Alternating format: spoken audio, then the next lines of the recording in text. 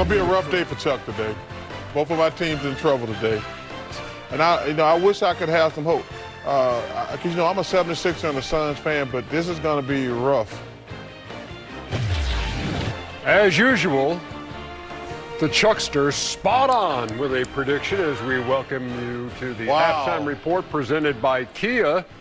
Ernie Johnson with Shaq and Kenny and Chuck. And I know you said it. Yeah. But did you believe it would be like this? I did, because they're both good defensive teams. Your defense always going to be consistent. Like, if you're an offensive team, sometimes you don't make shots. But when you're the Celtics and you're OKC, two of the elite defensive team, defense always travels, Ernie. You know that. 65-44 is your halftime score. Or, Chuck, your two favorite teams ain't no good. No, Ernie, Shaq, they're not bad teams, but like I say, your offense is going to come and go. You're not going to make shots all the time. Look at this defense, man. These boys ain't going to beat OKC. Stop it. No, they're not going to, but this is a beatdown. And look, when you're going to turn the ball over, you're walking right into OKC's kitchen. Well, not only turn it over, and you're taking tough shots. Yeah. Jalen Green, Devin Booker, and even Dylan Brooks at times, they're tough shot makers. But against the Oklahoma City, you have to pass up a good shot to get a better one. They have refused. The first shot of the game was a dictator of what everything was. They took a long-range three early in the shot clock, hands in their face. I'm like, well, Chuck, you might be right. This is going to be a super long night. They're 7 out of 24 from deep. Let's take a look at the halftime highlights presented by Kia and see the departments in which OKC Shout out to my boy Percy at Kia. I got to get me a new Kia. OKC is dominating. Talked about those points off turnovers. They average 22 a game, which is best in the league. They got 21. 21 off turnovers? Yes. That's impressive. Yes, it is. And in the paint, they're up 20, 32-12. That's where we're going to, of course, we'd go to the Shaq in the paint. That's right. I'm the master of the high percentage shot. Chuck is giving his 2P team too much credit. They aren't really that good, and it's showing, especially right here defensively. They're just letting OKC do whatever they want. Get right there, no resistance at all. The great Phil Jackson used to always say, got to have some resistance on defense. These guys are showing no resistance, turning the ball over, and OKC just getting out, flying, doing what they do. High percentage points in the paint. And I hate to say it, Chuck, but you got 3 more beatdowns coming. It's going to be real quick. You might as well send them to Lake Havasu. The other thing about that is I was blessed to play with great coaching. And the one thing is... please, let's not go into that again. I just shouted out Phil Jackson. When? I know. When? Just a second. The great Phil Jackson used to say... But you said coaching don't matter. No, please, that's why I was just asking. Please, let's not get into coaching. Just give your great players the ball. Ernie, it's not a mistake to turn the basketball over. That happens in a game. The mistake is when you don't sprint back on defense. And so if you watch Oklahoma City, when they turn the basketball over, they will sprint back, then make a 3-on-2 fast break into a 3-on-3. So now they have to hold it up. And the coach made them do that? Because they emphasize that. Yes. First of all, they've only turned it over 4 times. No, but I'm saying, but on the other way, on the Phoenix side, they don't sprint back. Right. And coaching builds habits. Habits build habits of creatures.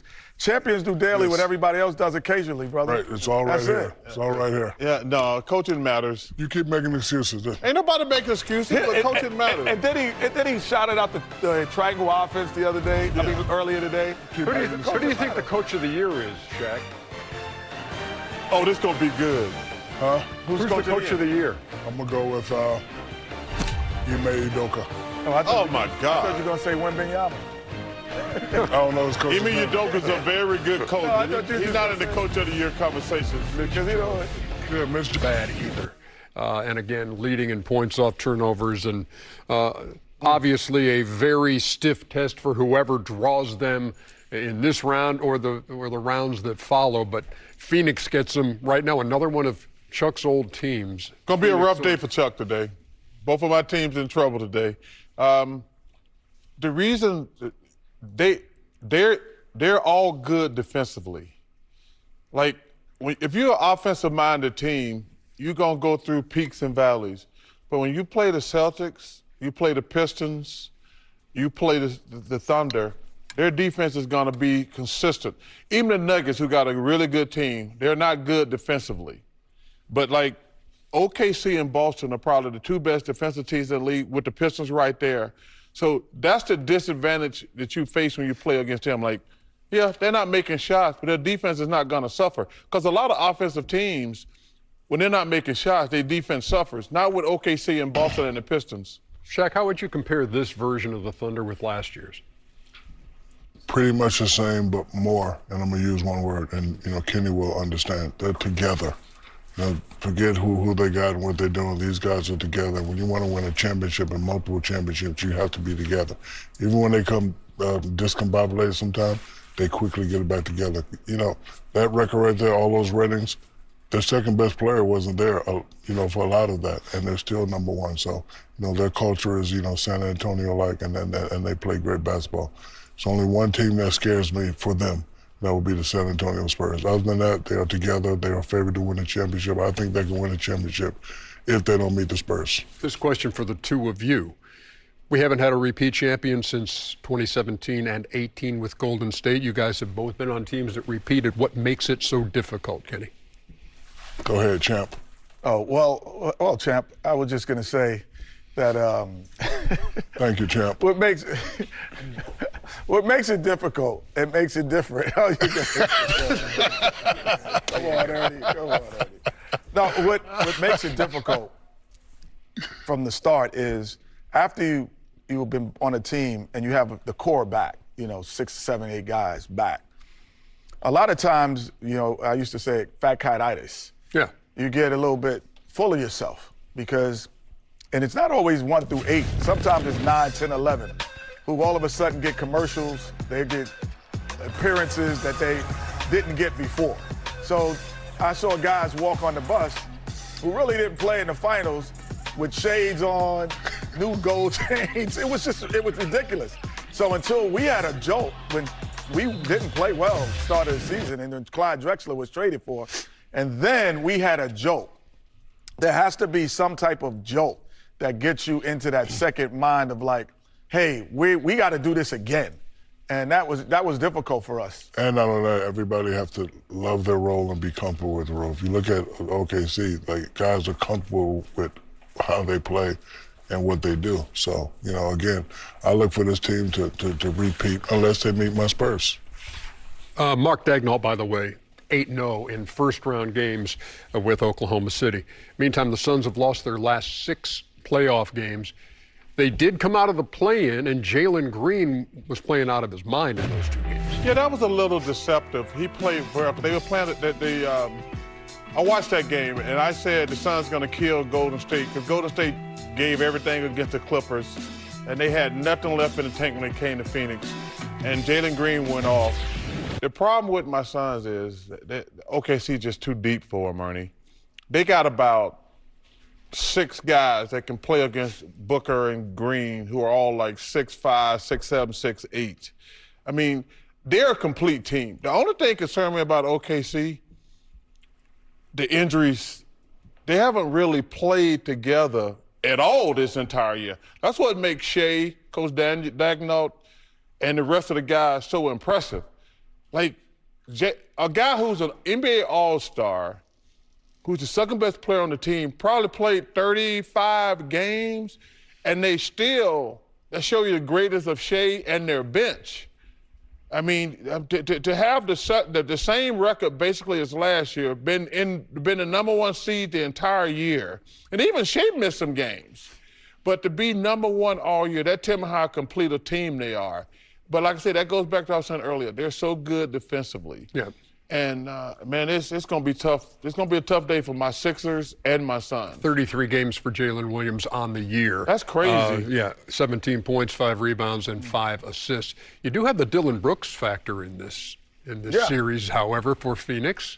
Yeah. He's had a great year, but he's also that guy who brings that stuff to the floor.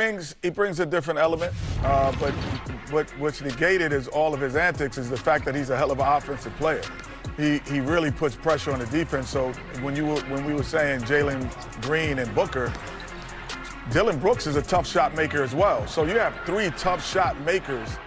That is the hope, if you're a Phoenix Suns fan, is that these tough shot makers for 4 games can be exceptional. Because you're going to have to be not good, but you have to be exceptional. And you're talking about 3 guys that have to average between 22 to 30. And if you could do that, you know, you can put pressure on a team that, you know, and we can't forget that even in their road to the championship last year, they didn't just go 4-0, 4-0, 4-0. No, They went to the limit a couple of times. So they're a team that can be taken to the limit as well. Yeah, Denver took them to 7 games, and then Indiana in the NBA Finals did too. It's kind of the same question I asked you about the Philadelphia series. How does Phoenix make this a series against OKC? Play hard. Got to hit a lot of shots. Jalen Green has to, you know, you showed that stat 35. He has to be close to that. And you know what, Shaq? In his career, he'd never had back-to-back 35-point games, and he did so in the play-in. In the play-in, he played well. Last year, he kind of disappeared. I think that's why he got traded. You know, Houston wanted to do something else. So he has to play exceptional. Dylan Brooks has to play exceptional. He has to be that agitator that he's known for being. And they just have to go out and, you know, they have to play super well.